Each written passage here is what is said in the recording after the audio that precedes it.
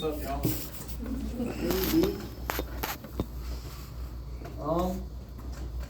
I ain't gonna get up here and act like I'm where I wanna be. I need to say. But tonight's really cool because I remember almost exactly a year ago, I was here. I had 18 months sober, and Michael Wooden was up here giving his testimony. He had 18 months, and I was like, why does Michael get to give his testimony when I'm not? And then a year later, I'm hanging out with Derek and Kim all the time. I just wasn't there yet. I ended up relapsing.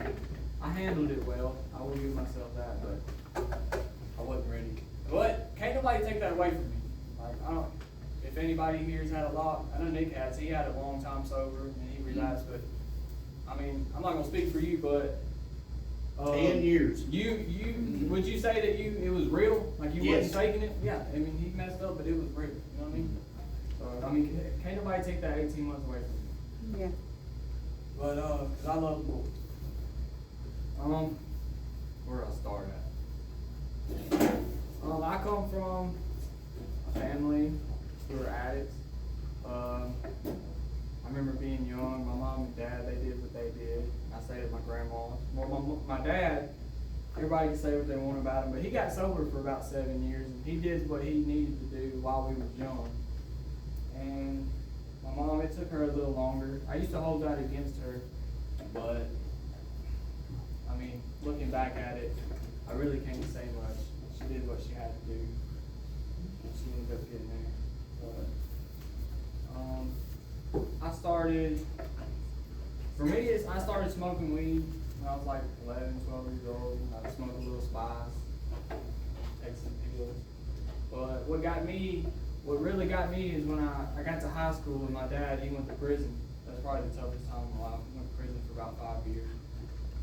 And I started selling weed, and about halfway through my first semester of high school, I got a distribution charge at 15, got put on color code. I completed that 6 months, went right back to it. Sold drugs the whole time in high school. I don't know, I just grew up around mom and dad doing it, and that's all I wanted to do. I didn't want a job. I made good grades. I played sports. I was like, I can do it all. But somewhere along the lines of selling pills and weed, I started taking Adderall and Roxy's. That's when I got hooked. And then this is where it gets deep. Okay, coronavirus hit, right? When I was in high school. So they let us all out of school for like almost a year straight. We didn't have to do no schoolwork. We were supposed to, but one of the teachers told me they couldn't count in the history. We couldn't do it. They messed up there. Didn't have to go to football practice every day. I had no structure. My dad was in prison.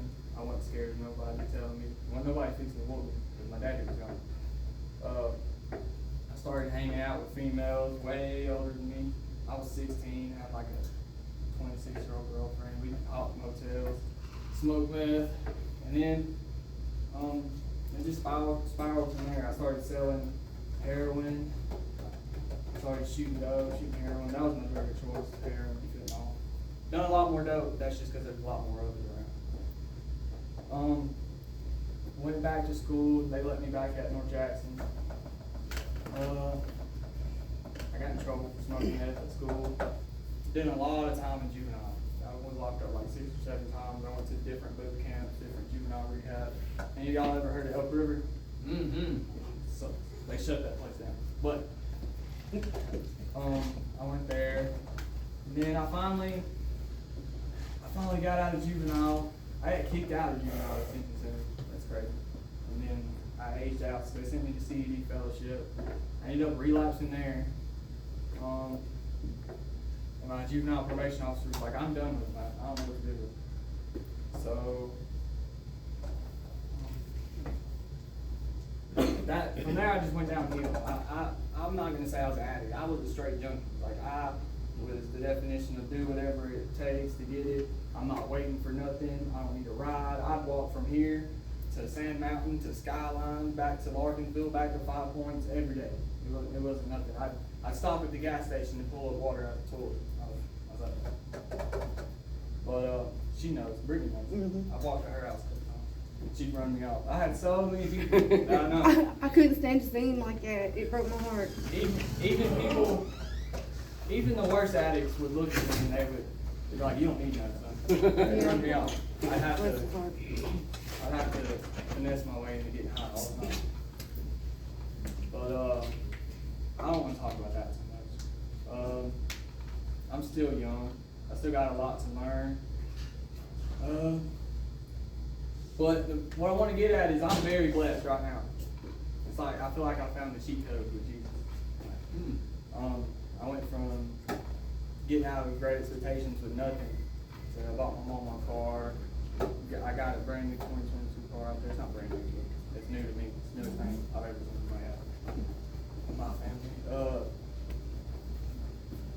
I just want to tell y'all how I did it. Praise the Lord. How the Lord did it. This is what He told me. So I'm gonna start with Psalms 37:4. It says, "Delight." Well, I'm gonna start in 3. It says, "Trust in the Lord and do good, so shalt thou dwell in the land, and very thou shalt be fed. Delight thyself also in the Lord, and He shall give thee the desires of your heart." Now, I'm a firm believer, like He'll give you whatever you want. Sometimes He'll give you what you want, even if it ain't right time. Just to teach you something, right?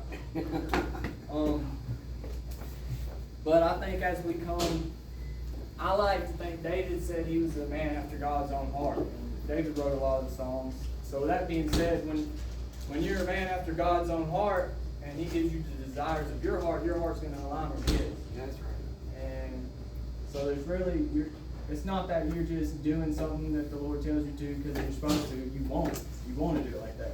You desire what He desires. I'm not perfect. I've struggled in sobriety with like lust and cussing and listening to rap music and all over the place. But I know what it takes to stop that, and I know what to do when I mess up and all that. I've almost got a year sober off now.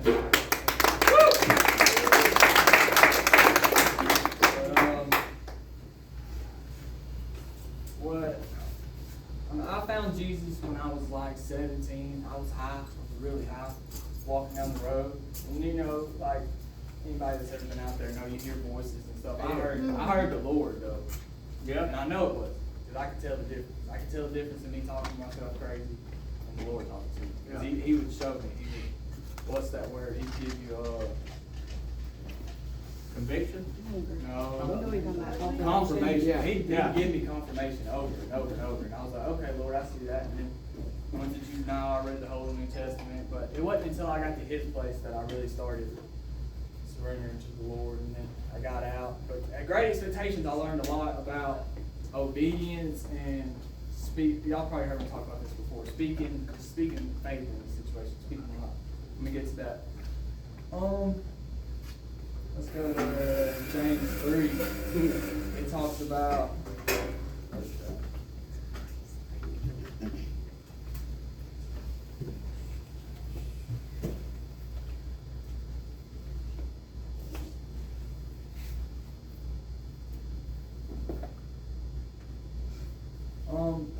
My favorite one is Deuteronomy 28:7.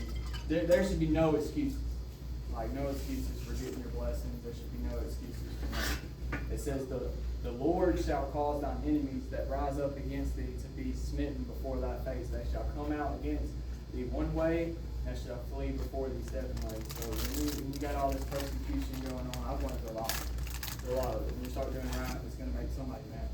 I know everybody says that. It's crazy. It sounds crazy to you, but it literally says it. I mean, if you believe in the Bible, you might as well go ahead and believe in this.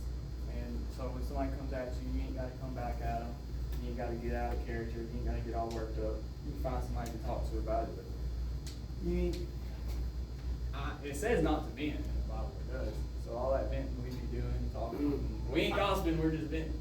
Yeah. It says don't vent because that's just you're just talking. I wanted to get into a little bit of the curses. Figure out which one it is.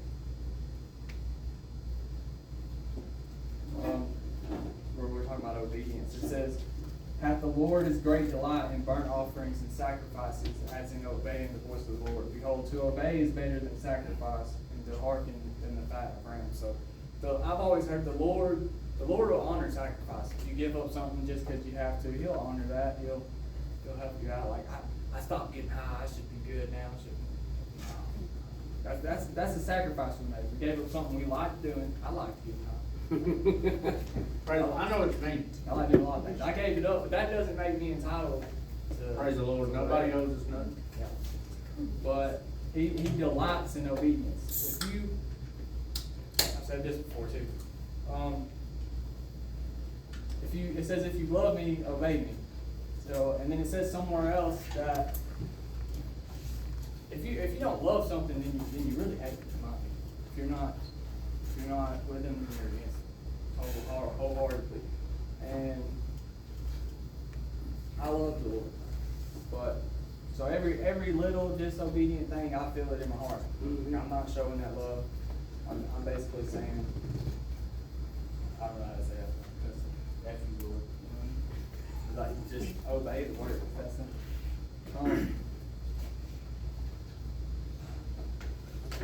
Anyways, where God brought me, y'all.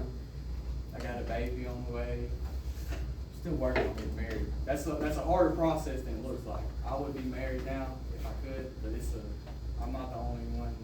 It's a lot harder with this situation than just saying just go to the courthouse and get married. Yeah. There's a lot of petty stuff in there. It's working out how it's supposed to. I don't know.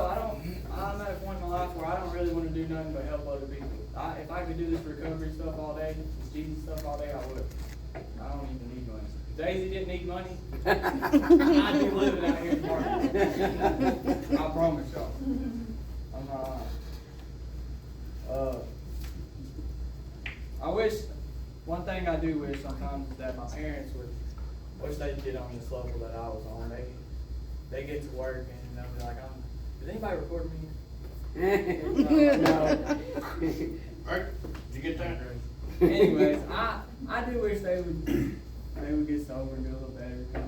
I wish that they would find Jesus like I did. Yes. I don't know what they got going on in their life, but Just keep praying, you don't have to.